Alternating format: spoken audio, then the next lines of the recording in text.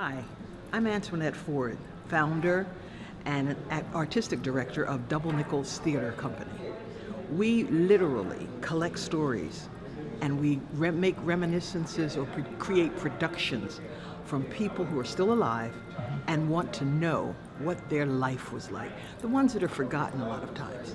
For this particular effort that the Humanities Council funded for us, we are very thankful to be able to have interviewed not only the current members of the Seafarers Yacht Club, but one of the men responsible for being a founder. They are right on M Street Southeast. And we say belonging because they established the first Black-owned and operated yacht club in the United States. And they've been here since before 1945, because it was Mary McLeod Bethune and Eleanor Roosevelt who were able to help them get the land that sits today at the bottom of M Street called the Seafarers Yacht Club. I hope you get a chance to see this project because we've been joined by wonderful partners who, when we started this, they said, I want to be a part of it. The Phillips Collection, the first art museum, modern art museum in this country, right over on 21st Street. And they're coming with us to the ARC, Town Hall Education Arts and Rec Campus in Southeast Washington, to present in an exhibition what we have captured in photography and storytelling. Belonging, the Seafarers Yacht Club of Washington, DC. Thank you for this opportunity to tell you about us, and I sure appreciate it, and I hope you appreciate what we have been able to accomplish with the help and support of the Humanities Council DC. So what we did with our grant money was that, we have these walking tours, and some of them are self-guided, and we have tours where you do it with a person. Right. And our materials were just so completely out of date. And also, people live on the internet, so we need to live on the internet too. Come stand beside me. Okay, now, continue. Okay, so, people live on the internet, so we need to live on the internet as well. And so what we wanted to do was to have updatable material that we could update on the fly, and then also have it live on the internet. And so people can we created something that people can just download, go out on tour by themselves. It's totally updatable for us. So we can create a whole suite of these. And so what we used the money for was to create a prototype of one. So we did DuPont first, and we're ready to go on Capitol Hill. So we know exactly how many words we can use. We know exactly how many images we can use. So the first one's the toughest. But has it really launched? Has it launched already? It started? So I can go on and download it right now? Yes, sir. Okay. Well, you could just take one from me right now. Oh, okay. Okay. All right. But the whole idea is to make it easier for people to use and to have, if you're going to be a history group, you have to have credible information. So it needs to be updatable so that when something opens or closes or we learn something new, that we can share that with people. So we use the money to create kind of a long form document that is for people who wanted to do deep research. But we did a little test with people, and they said, we don't really want to take 12 pages out on a walking tour with us. We really just want to keep it super simple. So thanks to the grant, we have a long-form document, and we have a short, easy-to-use document. Now, for old people like myself who had the pleasure of actually going on a real walking tour with you, do those still exist? Yes. I don't think anything replaces going out with a person. Okay. And so we still do the going out with a volunteer guide, but I'd rather have people go out with a brochure than not go out at all. But we still love doing those walking tours. I did one just the other day, and the questions that you get from people are just so interesting and so thoughtful. Wow. And so it's always a pleasure to share that information with people. Well, Hi, I'm Jeff Donahoe with the Rainbow History Project, and we really want to thank the DC Humanities Council for your support this year. I'm Loretta Newman. I'm the president of the Alliance to Preserve the Civil War Defenses of Washington. Those are the defenses that were built at the beginning of the Civil War to protect the nation's capital from the Confederates. And in fact, there was only one battle in the Civil War that was in the nation's capital, and that occurred at Fort Stevens. And it was July 11th and 12th in 1864. Every year, our organization works with the National Park Service to commemorate that battle. which was extremely important. First of all, it was the only battle in the nation's capital. It's also the only time in the nation's history that a sitting president has come under direct enemy fire, and in fact, the man standing next to him, a surgeon, was hit. So Lincoln could have been either wounded or killed that day, but fortunately he was not. So what we do now, we're an all-volunteer organization. We have a very strong and wonderful board. We have no membership. We just let people be part of us. They can donate. We love that. But what we do is advocacy, and we do education.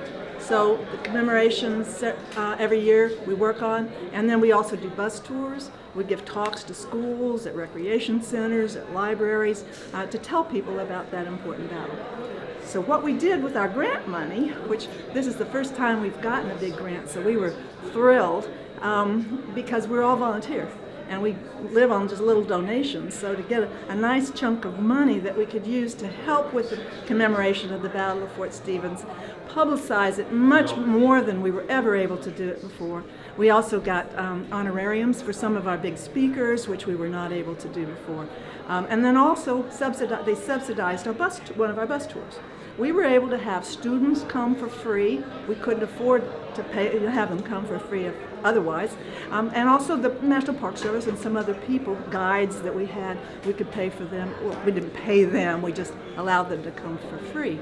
So that's what we use the funds for, and we are so appreciative. I really want to thank Joy Ford Austin and Lewis Hicks, especially Lewis, because he guided me and several of my other board members in preparing our grant and doing all the things that we needed to do. So we very much appreciate it, and we hope we can get another grant again. My name is Brenda Smith. I'm a professor at American University, Washington College of Law, and I'm the project director for the project commemorating the history of the James Reese Europe American Legion Post 5. American Legion, James Reese Europe American Legion Post 5 is an historic African-American American Legion that was actually founded in 1919. Its historical significance is that it was named after James Reese Europe, who was the leader of the Harlem Hellfighters who fought in World War I on the side of the French. We were fortunate to receive materials and his croix de guerre and his enlistment papers from his sister, Mary Reese Europe, who on her own was an important historical figure. She herself was the accompanist for Todd Duncan, who was the original Porgy and Bess.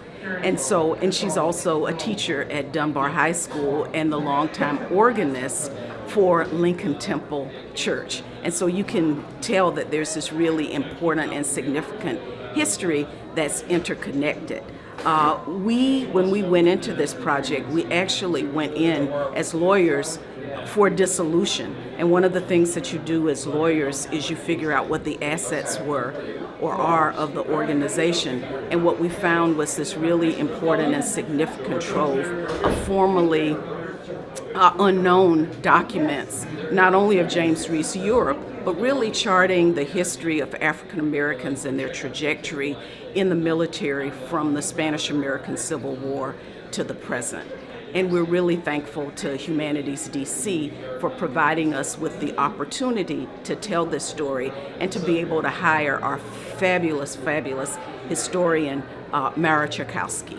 Hi, my name is John Feely, and I'm the grant administrator for Photos from the Parish Archives, 1892 to 2017, Immigration to Integration, which was an exhibit that helped to celebrate the 125th anniversary of St. Anthony's Catholic Church in Brookland.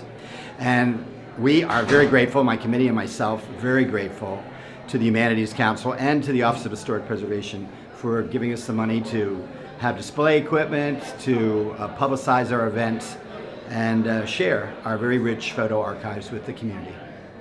Thanks a lot. Hello, I am Dominique Hazard, and I am the Community Engagement Specialist at DC Greens. My project is called Food Sovereignty in Black Washington from 1950 to 2017, and it's an oral history project that is exploring people who helped play a role in shaping the food system in DC's Black communities during the time frame of the project. So I was able to interview folks who were farming in DC and are still farming today, folks whose family owned corner grocery stores in the city, people who were setting up collective buying clubs and working in co-op warehouses, all different types of people who were really participating in building a healthy food system in DC, and also exploring the challenges they faced, where some breakdowns occurred, pivotal events that shaped their experiences, such as the 1968 riots, which was a big recurring theme that came up in my interviews. And I decided to do this project because at DC Greens I work on food policy, and there's a lot of conversations happening in the city around urban agriculture, around increasing the number of grocery stores east of the river, and I think it's really important for those conversations to be grounded in an understanding of where we've been and how we got to where we are today. And I would like to thank DC Greens, my family, and everyone who connected me to my interviewees, and most importantly, the interviewees themselves, who really provided me with excellent and rich interviews and who were very cooperative. Also thank the Humanities Council. Oh, shoot. Okay. Should I just do the whole thank you part over? Yes. Okay. Well, and also thank you to I'll edit it in. Okay. And also thank you to the Humanities Council of Washington, D.C. Good evening. My name is Helen Compton Harris. I'm with Richard Wright Public Charter School for Journalism and Media Arts. I'm the Outreach, Partnership, and Development Director. I also wrote the grant for the 9 Lives of the Blue Castle. Hope you enjoy it. I want to thank Humanities DC and all of its partners for making this all possible. I want to thank my students who did a fantastic job. It truly is a student-centered project. I also want to take my hat off to our film and photography teacher, Mr. John Sims, who helped them edit this and put it all together.